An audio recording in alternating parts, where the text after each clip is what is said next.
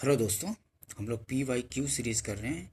Ancient history का करेंगे और मैंने मॉडर्न हिस्ट्री का कंप्लीट करा चुका हूँ।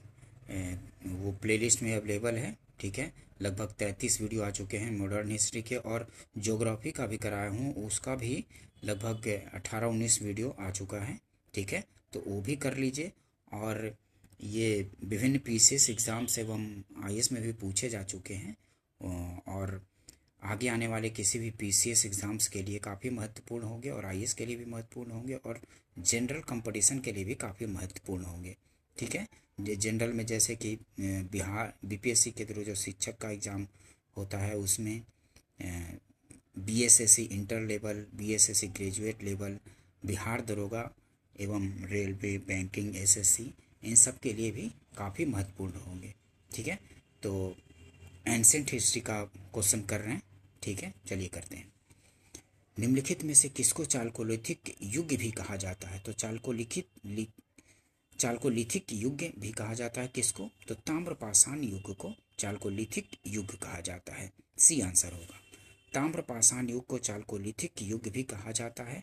जिन संस्कृतियों में तांबे के औजारों के साथ साथ पत्थर के बने हुए उपकरणों का प्रचलन मिलता है, उन्हें प्रायः ताम्रपाषाणिक संस्कृतियां कहा जाता है। ठीक है, तांबे के औजार के साथ साथ पत्थर के बने हुए उपकरण मिलते हैं, उसी को ताम्रपाषाण युग या चालकोलिथिक युग कहा जाता है। ठीक है, ध्यान रखेंगे।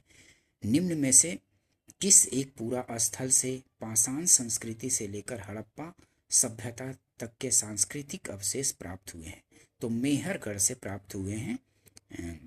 निम्न में से किस पूरा स्थल से पाषाण संस्कृति से लेकर हड़प्पा सभ्यता तक के सांस्कृतिक अवशेष कहाँ से मिले हैं? तो मेहरगढ़ से मिले हैं। ठीक है, ध्यान रखेंगे, बी आंसर होगा।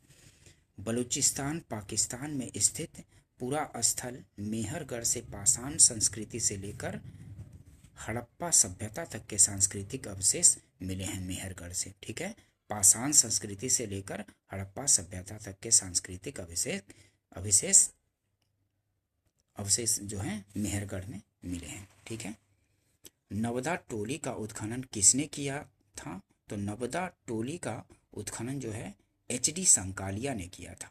सी आंसर होगा। नवदा टोली का उत्खनन किसने किया था? तो HD संकालिया ने किया था। नेक्स्ट देखते हैं, नवदा टोली किस राज्य में अवस्थित है? तो नवदा टोली मध्य प्रदेश में स्थित है। नवदा टोली मध्य प्रदेश में स्थित है। नेक्स्ट देखते हैं, बृहद पाषाण स्मारकों की पहचान की गई है।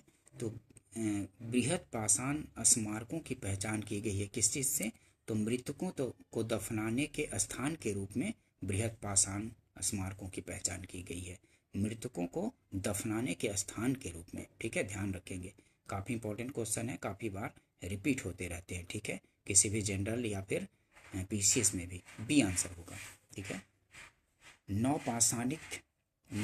नवपाषाण युगीन दक्षिण भारत में शवों को विभिन्न प्रकार की समाधियों में दफनाने की परंपरा रही है। इन समाधियों को जो विशाल पाषाण खंडों से निर्मित है, बृहद पाषाण या मेगालिथ के नाम से जाना जाता है। इनके विभिन्न प्रकार हैं, जैसे शिष्ट समाधि, pit circle, cairn circle, dolmen, umbrella stone, hood stone, कंदराएं, मेहिर।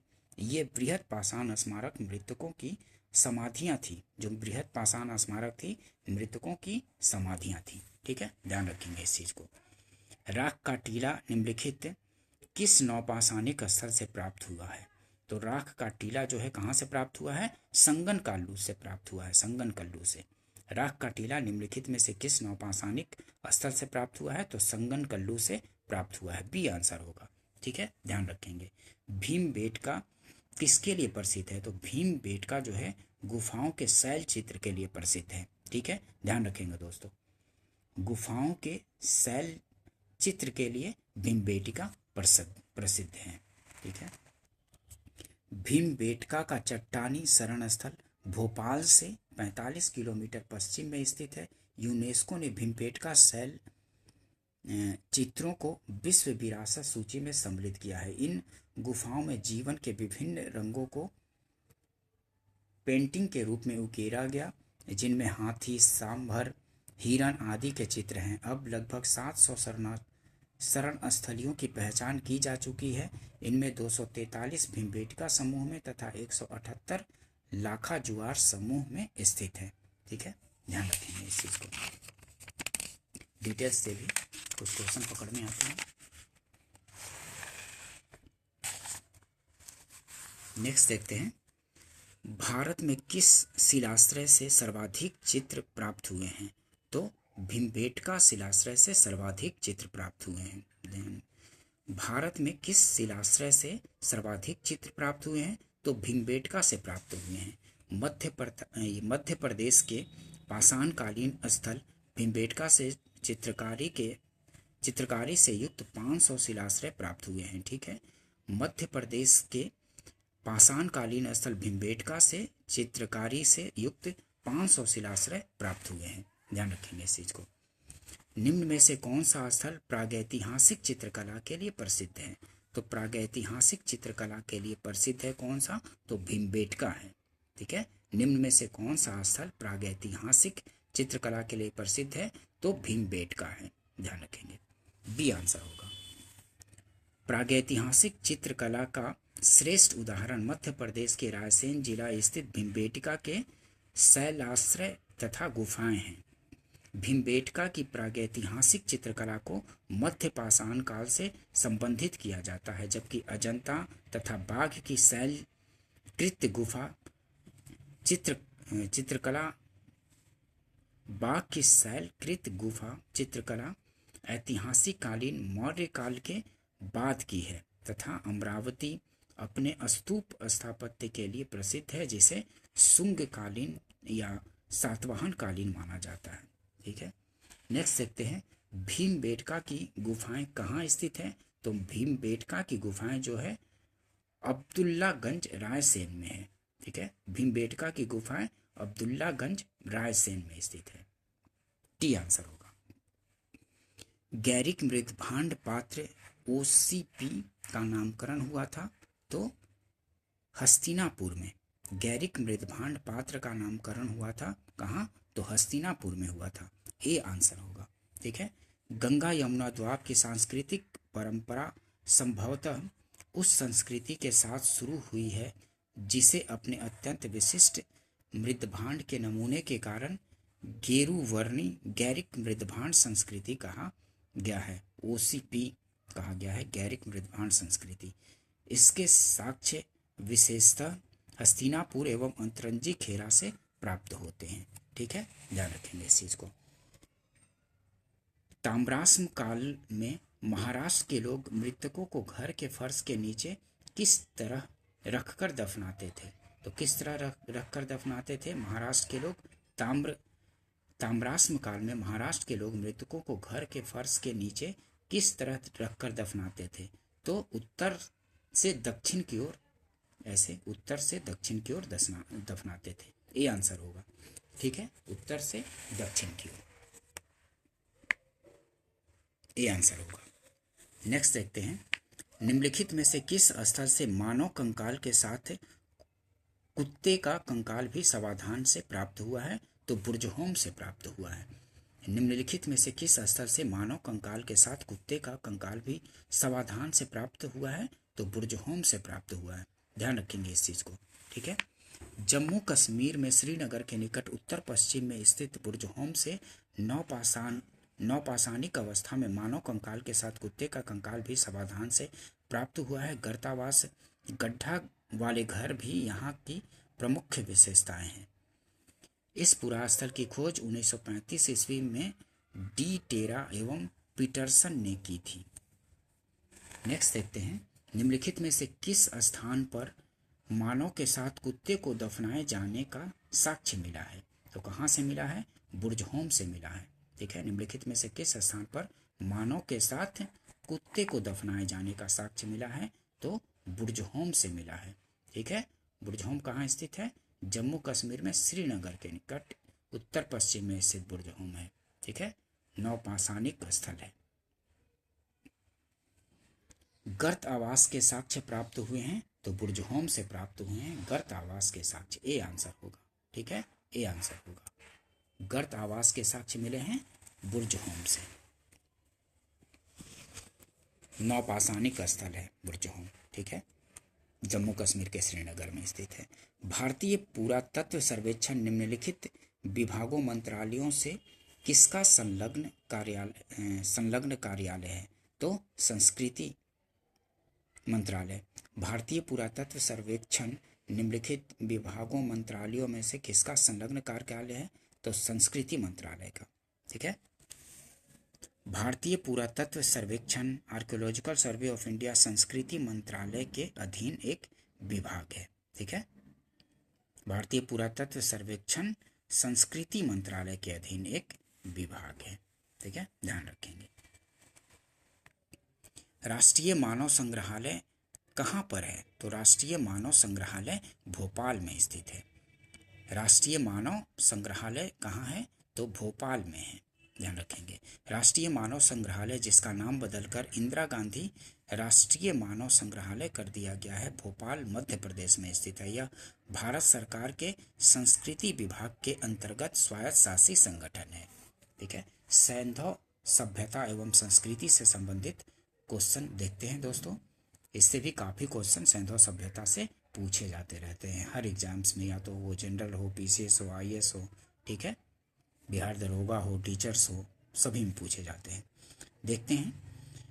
मानव समाज विलक्षण है क्योंकि वह मुख्यतः आश्रित होता है किस पे? तो संस्कृति पर आश्रित होता है। मानव सभ्यता विलक्षण है क्योंकि वह मुख्यतः आश्रित होता है संस्कृति पर, ये आंसर हो जाएगा।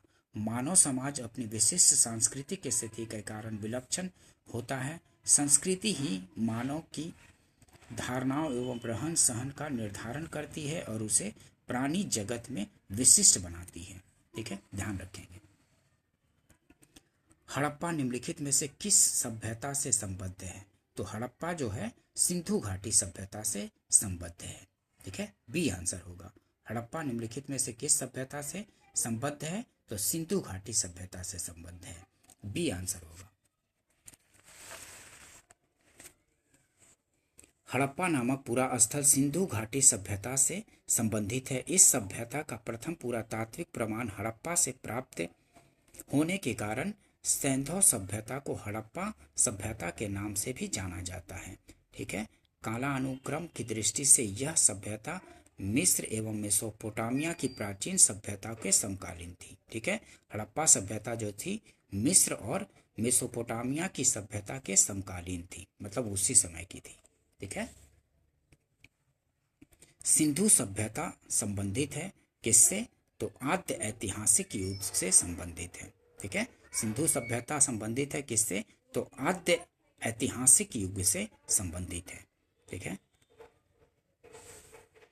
बी आंसर होगा, ठीक है। ऐतिहासिक काल का निर्धारण पठनीय लेखन कला के ज्ञान के आधार पर किया जाता है। लेखन कला के ज्ञान से पहले का कालखंड आद्य ऐतिहासिक कालखंड होता है।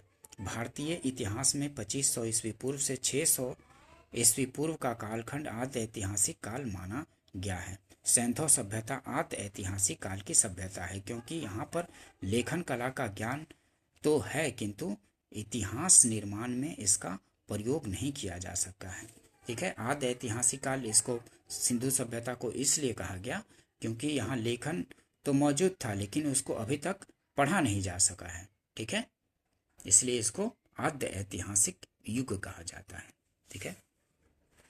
सिंधु घाटी सभ्यता को लेखन कला तो मौजूद था, ठीक है, लिखे हुए चीज मिले हैं लेकिन उसको अभी तक पढ़ा नहीं जा सका है।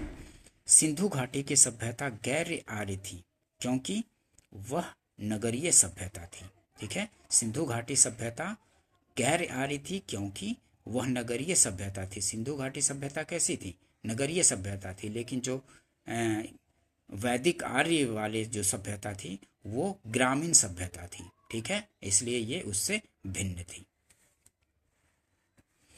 सिंधु घाटी की सभ्यता गैर आर्य मुख्य रूप से इसलिए थी क्योंकि वह नगरीय सभ्यता थी, क्योंकि आर्य सभ्यता ग्रामीण थी, ठीक है। आर्य सभ्यता की थी ग्रामीण थी और जो सिंधु घाटी सभ्यता थी नगरीय सभ्यता थी। ध्यान रखेंगे इस चीज को दोस्तों।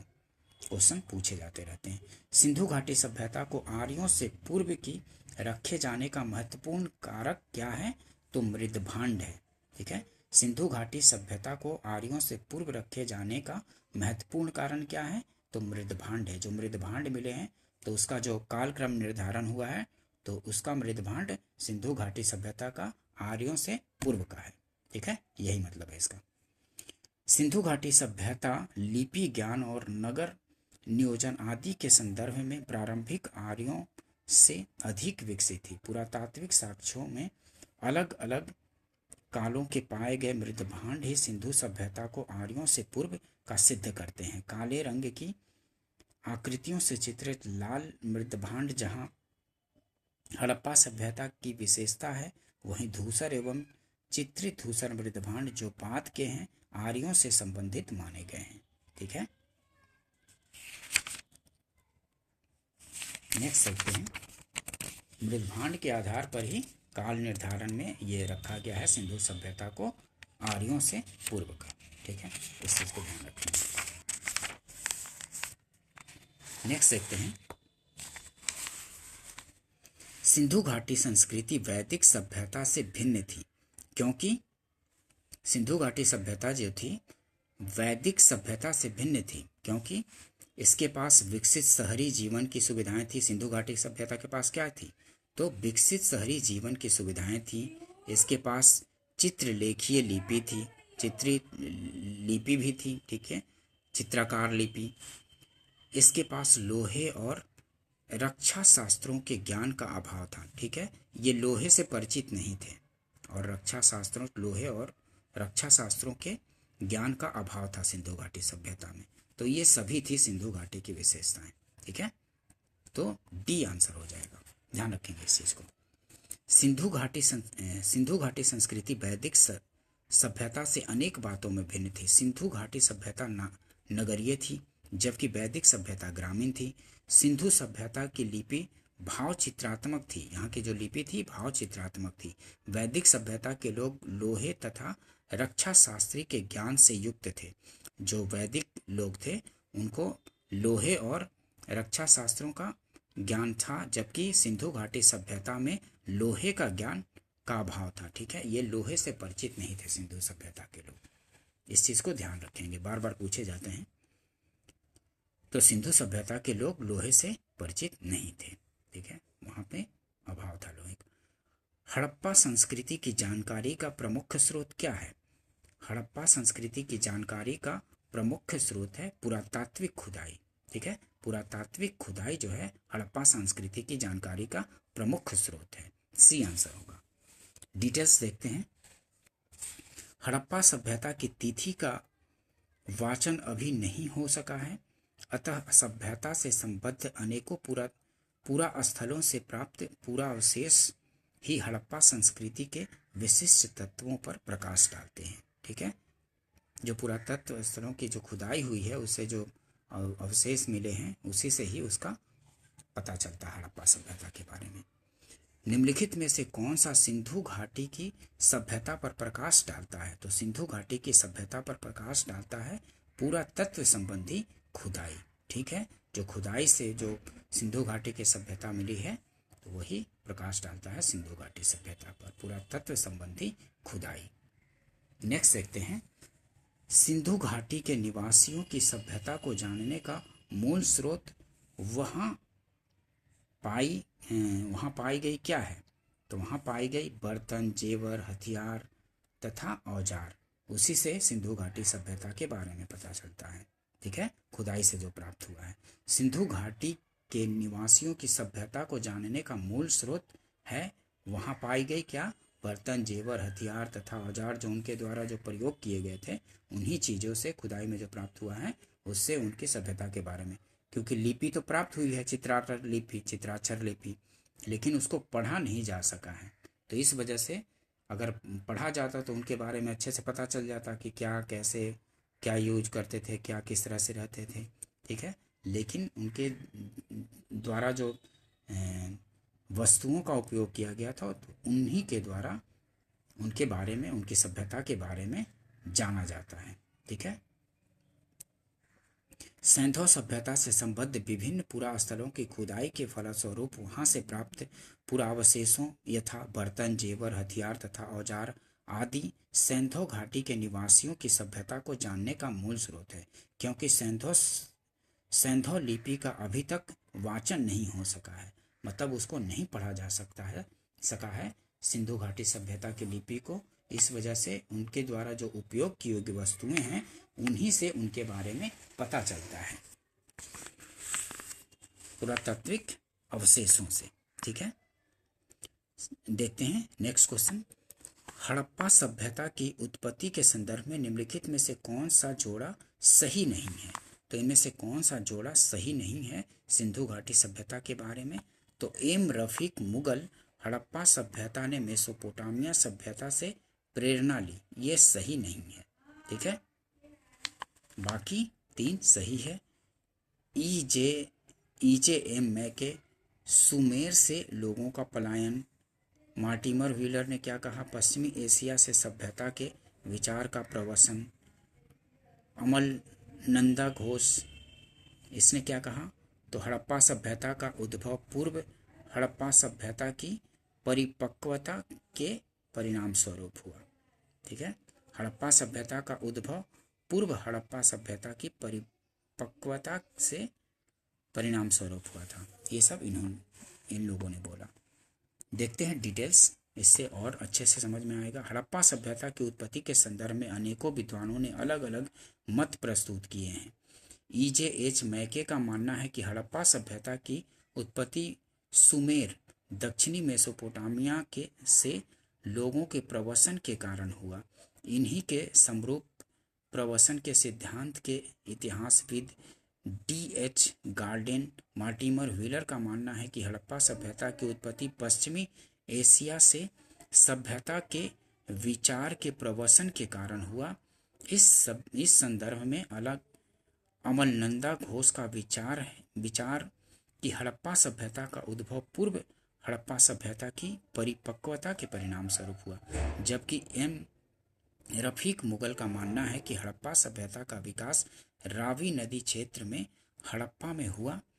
इन्होंने इस पुरानी मान्यता का खंडन किया कि हड़प्पा सभ्यता ने पश्चिमी मेसोपोटामिया सभ्यता से प्रेरणा ली है।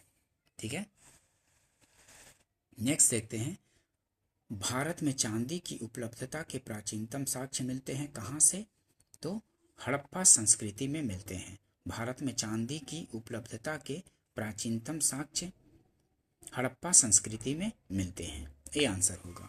ठीक है, हड़प्पा वासियों को चांदी की जानकारी थी। मोहनजोदड़ो और हड़प्पा के निवासियों के मध्य इसके विधिवत प्रयोग के साक्ष्य मिलते हैं। ये लोग राजस्थान की जावर और अजमेर खानों से चांदी प्राप्त करते रहे होंगे।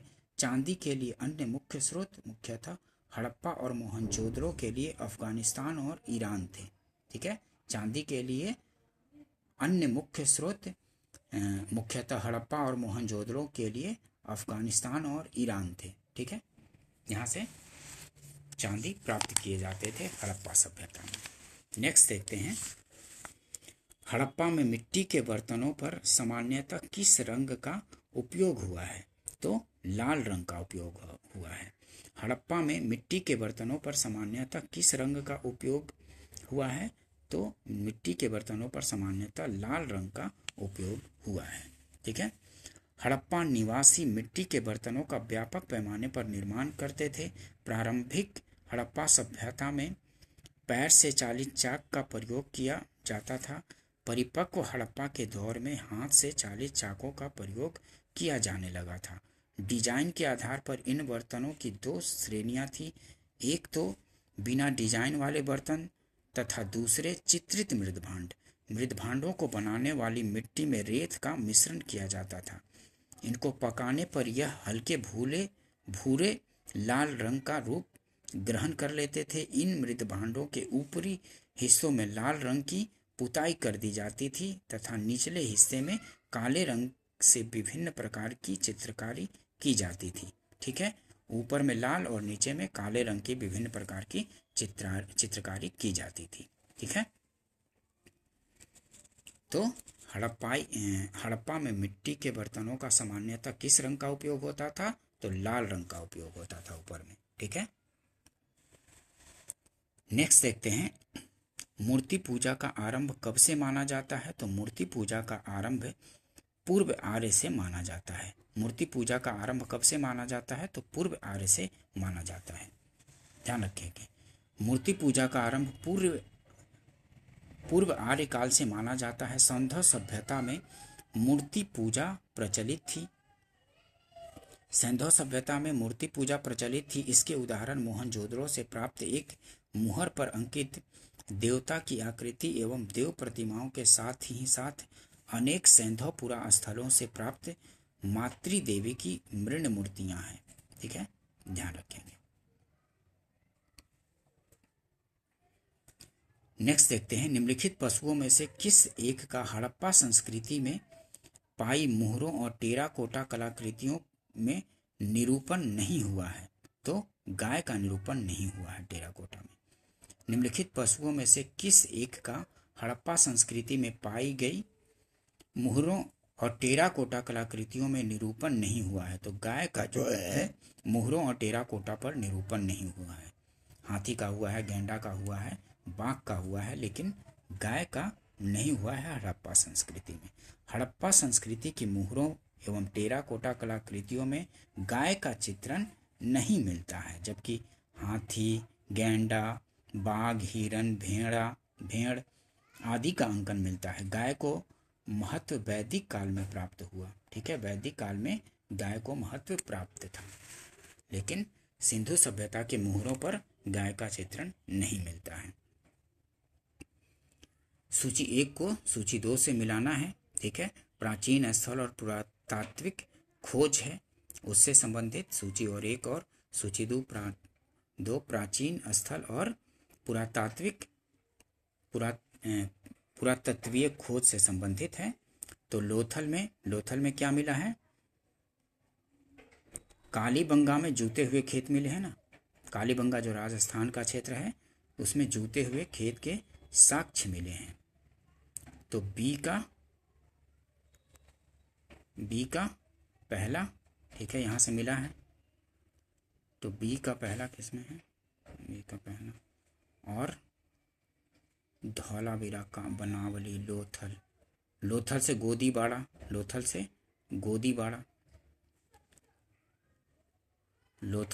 गोदीबाड़ा जो बंदरगाह मिला था। ठीक है, लोथल में, गुजरात के लोथल में गोदीबाड़ा। और धौलावीरा से हड़प्पन लिपि के बड़े आकार के 10 चिन्हों वाला एक शिलालेख मिला है। ठीक है, और बनावली से क्या मिला है? पक्की मिट्टी की बनी हुई हल की प्रकृति मिली है। बनावली से पक्की मिट्टी की बनी हुई हल की प्रतिकृति मिली है। लोथल से गोदीबाड़ा जो बंदरगाह था मिला था गुजरात के लोथल में। कालीबंगा से जूता हुआ खेत, इससे भी काफ़ी क्वेश्चन पूछा जाता है कि कालीबंगा में क्या मिला है? तो जूता हुआ खेत। ठीक है, राजस्थान में है कालीबंगा। और धौलावीरा से हड़प्पन लिपि के बड़े आकार के 10 चिन्हों वाला एक शिलालेख मिला है। बनावली से क्या? पक्की मिट्टी की बनी हुई हल की प्रतिकृति मिली है। ठीक है, तो बी आंसर हो जाएगा। ए का दूसरा, बी का पहला, सी का चौथा और डी का तीसरा। तो बी आंसर होगा, ध्यान रखेंगे इस चीज को। एक जूते हुए खेत की खोज की गई है, कहाँ? तो कालीबंगा में। ठीक है, ये बार बार पूछा जाता है। जूते हुए खेत की साक्ष्य कहाँ मिला है? कालीबंगा राजस्थान में जो है। ठीक है, कालीबंगा जूते हुए खेत के साक्ष्य मिले हैं। नेक्स्ट देखते हैं, सूची 1 को सूची 2 से मिलाना है। हड़प्पा एक सुमेलित कीजिए, सूचियों के नीचे दिए गए कूट का प्रयोग करते हुए उत्तर चुनिए। हड़प्पा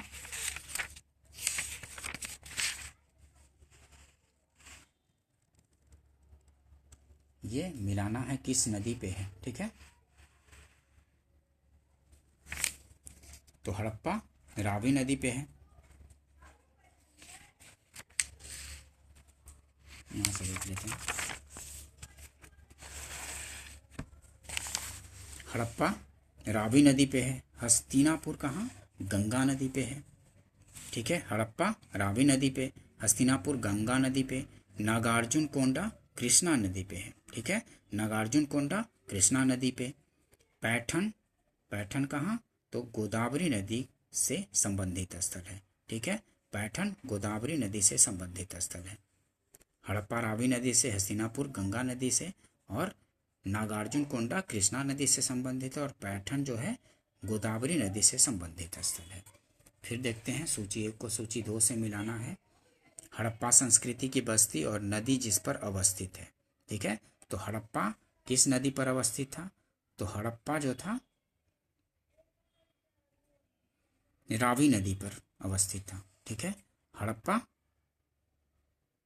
रावी नदी पर अवस्थित था। हड़प्पा रावी नदी पर अवस्थित था। और कालीबंगा कहाँ था? तो कालीबंगा घग्गर नदी पर अवस्थित था। लोथल, लोथल कहाँ? तो लोथल भोगवा नदी के तट पर था। लोथल भोगवा नदी के तट पर। और रोपड़ कहाँ था? तो रोपड़ था सतलज नदी के तट पर था।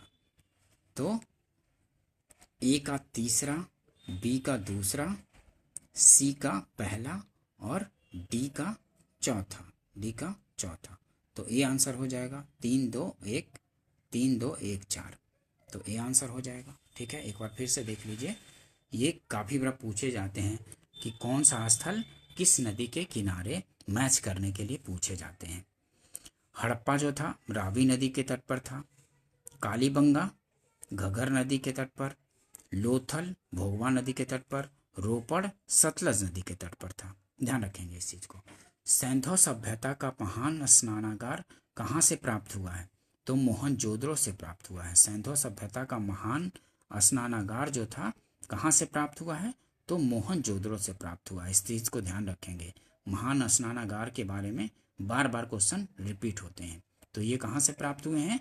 मोहनजोदड़ो से प्राप्त हुए हैं महान स्नानागार सैंधव सभ्यता में। सैंधव सभ्यता के महान स्नानागार के साक्ष्य मोहनजोदड़ो से प्राप्त हुए हैं। इसकी लंबाई उत्तर से दक्षिण की ओर 55 मीटर और चौड़ाई पूर्व से पश्चिम दिशा में 33 मीटर है। इसके मध्य में निर्मित स्नान कुंड की लंबाई 11.8 मीटर, चौड़ाई 7.04 मीटर, गहराई 2.43 मीटर है।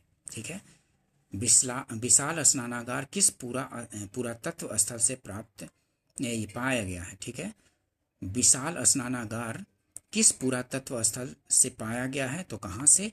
मोहनजोदड़ो से पाया गया है विशाल स्नानागार। ठीक है, ध्यान रखेंगे इस चीज़ को। विशाल स्नानागार किस पुरातत्व स्थल से पाया गया है? तो मोहनजोदड़ो से पाया गया है। इस बारे में पूछा जाता है, बार बार क्वेश्चन रिपीट होते हैं, तो इसको ध्यान रखेंगे दोस्तों। सिंधु सभ्यता के बारे में निम्न में से कौन सा कथन असत्य है? तो सिंधु सभ्यता के बारे में कौन सा कथन असत्य पूछ रहा है? ये देखिए, क्वेश्चन ठीक से पढ़ना चाहिए, क्योंकि पूछा जाता है, कई बार कंफ्यूज हो जाते हैं कि पढ़ते लगता है कि सत्य पूछ लिया और गलत मार देते हैं। तो क्वेश्चन को ठीक से पढ़ेंगे, कौन सा कथन असत्य है? तो असत्य क्या है सिंधु सभ्यता के बारे में? लोग लोहे से परिचित थे। सिंधु सभ्यता के लोग लोहे से परिचित नहीं थे। इस बात को ध्यान रखेंगे। ठीक है, सिंधु सभ्यता के लोग लोहे से परिचित नहीं थे, तो यही असत्य हो जाएगा, डी आंसर हो जाएगा। और देख लेते हैं ऑप्शन। नगरों में नालियों की सुदृढ़ व्यवस्था थी सिंधु सभ्यता में, ये सही बात है। नगरों में नालियों की सुदृढ़ व्यवस्था थी, सही है। व्यापार और वाणिज्य उन्नत दशा में था यहाँ पे, ये भी सही है। मातृदेवी की उपासना की जाती थी, यह भी सही है। ठीक है, लेकिन ये गलत है, तो गलत ही पूछ रहा है, असत्य ही पूछ रहा है, तो डी आंसर हो जाएगा। ठीक है, ध्यान रखेंगे। नेक्स्ट देखते हैं, सिंधु सभ्यता जानी जाती है। सिंधु सभ्यता किसके लिए जानी जाती है? अपने नगर नियोजन के लिए। ठीक है, नगर नियोजन बहुत बेहतर था सिंधु घाटी सभ्यता में, इसके लिए भी सही है। मोहनजोदड़ो और हड़प्पा के लिए बड़े बड़े नगर थे मोहनजोदड़ो और हड़प्पा, इसके लिए भी। अपने कृषि संबंधी कार्य के लिए, ठीक है, कृषि संबंधी कार्य के लिए, इसके लिए भी, कृषि भी उन्नत अवस्था में था, व्यापार वाणिज्य भी था। अपने उद्योगों के लिए भी, कृषि के लिए भी, और मोहनजोदड़ो और हड़प्पा के लिए भी, और अपने नगर नियोजन के लिए भी, इन सभी के लिए सिंधु घाटी सभ्यता जानी जाती थी। तो चारों सही है, ठीक है। तो उपर्युक्त सभी सही हो जाएगा, डी आंसर हो जाएगा, ठीक है। एक्सप्लेनेशन देखते हैं और अच्छे से समझ में आएगा। सिंधु घाटी सभ्यता की प्रमुख विशेषता नगर नियोजन को माना जाता है। यहाँ नगर और कस्बे एक निश्चित योजना के अनुसार बसाए जाते थे। साथ ही हड़प्पा और मोहनजोदड़ो सिंधु घाटी सभ्यता के दो प्रमुख नगर थे। हड़प्पा नामक पूरा स्थल सर्वप्रथम ज्ञात होने के कारण इनको हड़प्पा सभ्यता के नाम से जाना जाता है। कालीबंगा से कृषि संबंधी साक्ष्य तथा लोथल से उद्योग संबंधी साक्ष्य प्राप्त हुए हैं। इस प्रकार सभी चारों कथन सही है, ठीक है। नेक्स्ट देखते हैं, निम्नांकित में से किसका सुमेल नहीं है? तो इसमें सुमेलित कौन सा नहीं है? कालीबंगा हरियाणा में है? नहीं, कालीबंगा कहाँ है? राजस्थान में, ठीक है। इस चीज़ को ध्यान रखेंगे। आलमगीरपुर कहाँ है? उत्तर प्रदेश में है, सही है। लोथल गुजरात में है, ठीक है। रोपड़ पंजाब में है, लेकिन कालीबंगा हरियाणा नहीं बल्कि राजस्थान के हनुमानगढ़ जिले में स्थित है। कालीबंगा जो है राजस्थान के हनुमानगढ़ जिले में स्थित है। इसकी खोज 1951 ईस्वी में अमलानंद घोष ने की थी। यहाँ पर पश्चिम दिशा में स्थित दुर्ग वाले टीले पर सैंधव सभ्यता के नीचे प्राक सैंधव संस्कृति के पुरावशेष प्राप्त हुए हैं। अन्य तीनों विकल्प सुमेलित हैं, ठीक है। मतलब आलमगीरपुर उत्तर प्रदेश में है, लोथल गुजरात में है और रोपड़ पंजाब में है, लेकिन कालीबंगा जो है राजस्थान में है। कालीबंगा में जुते हुए खेत के साक्ष्य मिले हैं, ये बार बार पूछे जाते हैं, जिसको ध्यान रखेंगे।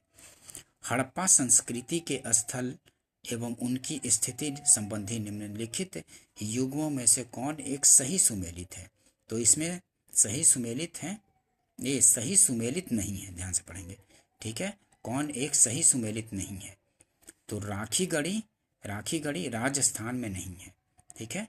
राखीगढ़ी राजस्थान में स्थित नहीं है। आलमगीरपुर उत्तर प्रदेश में है ही, बनावली हरियाणा में है, दामाबाद महाराष्ट्र वाला इलाका में है, ठीक है। राखीगढ़ी कहाँ है? हरियाणा के हिसार जिले में घग्गर नदी पर स्थित है। इस स्थल की खोज 1969 ईस्वी में सूरज भान ने की थी। अन्य युग में सुमेलित है, ठीक है, डी आंसर हो जाएगा। राखीगढ़ी राजस्थान में नहीं, हरियाणा में पड़ता है। नेक्स्ट देखते हैं, सूची 1 को सूची 2 से मिलाना है, ठीक है। हड़प्पीय स्थल है और स्थिति कहाँ पे स्थित है? तो मांडा कहाँ है? मांडा तो जम्मू कश्मीर में है ना,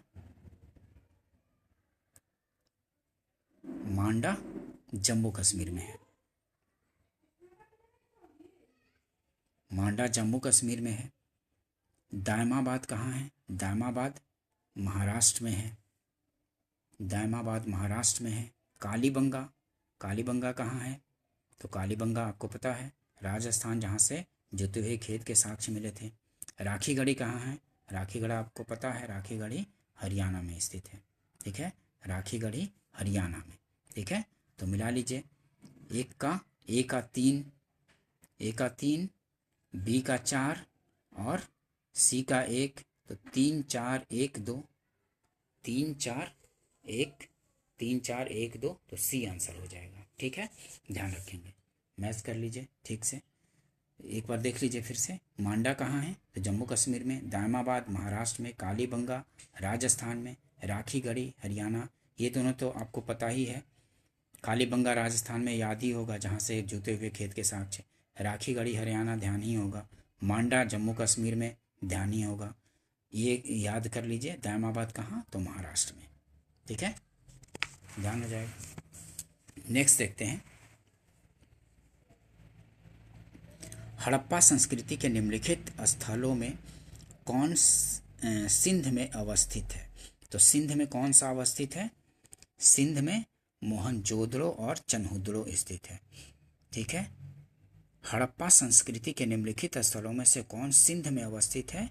तो दूसरा और तीसरा, मोहनजोदड़ो और चनहुदड़ो जो है सिंध में अवस्थित है। बी आंसर हो जाएगा। उपर्युक्त विकल्पों में हड़प्पा पाकिस्तान के पंजाब में, हड़प्पा जो है पाकिस्तान के पंजाब में, मोहनजोदड़ो तथा चनहुदड़ो जो है दोनों सिंध प्रांत में तथा सुरकोटदा गुजरात में स्थित है। ठीक है, इस चीज़ को ध्यान रखेंगे। हड़प्पा पाकिस्तान के पंजाब में और मोहनजोदड़ो तथा चनहुदड़ो जो है दोनों सिंध प्रांत में है। ठीक है, और सुरकोटदा गुजरात में स्थित है। चनहुदड़ो के उत्खनन का निर्देशन किया था, तो चनहुदड़ो के उत्खनन का निर्देशन किसने किया था? J.H. मैके ने किया था। ये आंसर हो जाएगा। चनहुदड़ो के उत्खनन का निर्देशन किया था J.H. मैके ने। ध्यान रखेंगे इस चीज को। सिंधु घाटी सभ्यता का कौन सा स्थान अब पाकिस्तान में है? तो पाकिस्तान में हड़प्पा है। ठीक है, हड़प्पा जो है पाकिस्तान में चला गया है। सिंधु घाटी सभ्यता का कौन सा स्थान अब पाकिस्तान में है? तो हड़प्पा।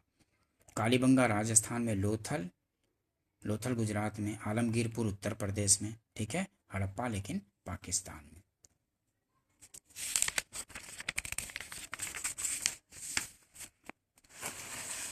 नेक्स्ट देखते हैं। काफ़ी इंपॉर्टेंट क्वेश्चन है दोस्तों, तो इसको ठीक से करेंगे। और सेशन अगर पसंद आता हो तो इसको लाइक कीजिए, सब्सक्राइब कीजिए और शेयर भी कीजिए। और प्लेलिस्ट बना हुआ है, ज्योग्राफी का भी काफ़ी वीडियो आ चुका है और मैपिंग का भी छोटे छोटे वीडियो काफ़ी आ चुके हैं, क्वेश्चन के अनुसार बने हुए हैं, वो भी प्लेलिस्ट में अवेलेबल है। और मॉडर्न हिस्ट्री पूरा कंप्लीट कराया जो जा चुका है, वो भी प्लेलिस्ट में अवेलेबल है। तो वहाँ जा कर के आप इन सब का लाभ उठा सकते हैं। ठीक है, किसी भी एग्ज़ाम्स के लिए आपके लिए काफ़ी उपयोगी होगा। ठीक है, और उसको रिवीजन भी किया कीजिए, तभी किसी भी एग्ज़ाम्स में आप बेहतर प्रदर्शन कर पाएंगे और रिजल्ट में आपका नाम हो सके। ठीक है, रिजल्ट में आप दिख सकें। ठीक है, देखते हैं एक्सप्लेनेशन देखते हैं। हड़प्पा के अवशेष आधुनिक पाकिस्तान के मांटगोमरी, वर्तमान साहिवाल जिले में स्थित है। यह स्थल रावी नदी के तट पर स्थित था। हड़प्पा जो है रावी नदी के तट पर स्थित था। जबकि कालीबंगा राजस्थान के हनुमानगढ़ जिले में, कालीबंगा राजस्थान के हनुमानगढ़ जिले में, लोथल गुजरात प्रांत में तथा आलमगीरपुर उत्तर प्रदेश में स्थित है। ध्यान रखेंगे, इस डिटेल से भी क्वेश्चन पकड़ में आते हैं। रंगपुर जहां हड़प्पा की समकालीन सभ्यता थी, रंगपुर जहां हड़प्पा की समकालीन सभ्यता थी है कहाँ? तो सौराष्ट्र में है। रंगपुर जहां हड़प्पा की समकालीन सभ्यता थी है कहाँ है? सौराष्ट्र में। रंगपुर गुजरात के सौराष्ट्र क्षेत्र में है। ठीक है, यहाँ से प्राक हड़प्पा और उत्तर हड़प्पा कालीन सभ्यता के साक्ष्य मिले हैं। यहाँ से प्राप्त वनस्पति अवशेष के आधार पर कहा जा सकता है कि ये लोग चावल, बाजरा एवं ज्वार की खेती करते थे। ठीक है, दधेरी एक प्रवर्ती हड़प्पीय पुरास्थल है, तो पंजाब का। दधेरी एक प्रवर्ती हड़प्पीय पुरास्थल है, पंजाब का है। ठीक है, ध्यान रखेंगे। सिंधु सभ्यता का कौन सा स्थान भारत में स्थित है? तो सिंधु सभ्यता का कौन सा स्थान भारत में स्थित है? तो लोथल जो है भारत में स्थित है। लोथल गुजरात में है ना। सी आंसर हो जाएगा। हड़प्पा और मोहनजोदड़ो ये तो पाकिस्तान में चला गया। ठीक है, लेकिन लोथल जो है भारत में है। सिंधु सभ्यता से संबंधित लोथल नामक पुरास्थल गुजरात के अहमदाबाद जिले के भोगवा नदी के तट पर सरगवाल गांव से 2 किलोमीटर उत्तर में स्थित है। इसकी खोज एस.आर. राव ने, लोथल की खोज एस.आर. राव ने 1954 ईस्वी में की थी। हड़प्पा और मोहनजोदड़ो अब पाकिस्तान में स्थित है। ठीक है, हड़प्पा और मोहनजोदड़ो पाकिस्तान में स्थित है, इस चीज को ध्यान रखेंगे। वह हड़प्पीय नगर जिसका प्रतिनिधित्व लोथल का पुरातत्व स्थल करता है, किस नदी पर स्थित है? तो लोथल जो है किस नदी पर है? तो भोगवा नदी के तट पर है। ठीक है, वह हड़प्पीय नगर जिसका प्रतिनिधित्व लोथल का पुरातत्व स्थल करता है किस नदी पर स्थित है? तो लोथल किस पर है? तो भोगवा नदी के तट पर है। ठीक है दोस्तों, सेशन पसंद आता हो तो उसको लाइक कीजिए, सब्सक्राइब कीजिए और शेयर कीजिए। ठीक है, मिलते हैं नेक्स्ट वीडियो में। वीडियो देखने के लिए थैंक यू दोस्तों, मिलते हैं नेक्स्ट वीडियो में।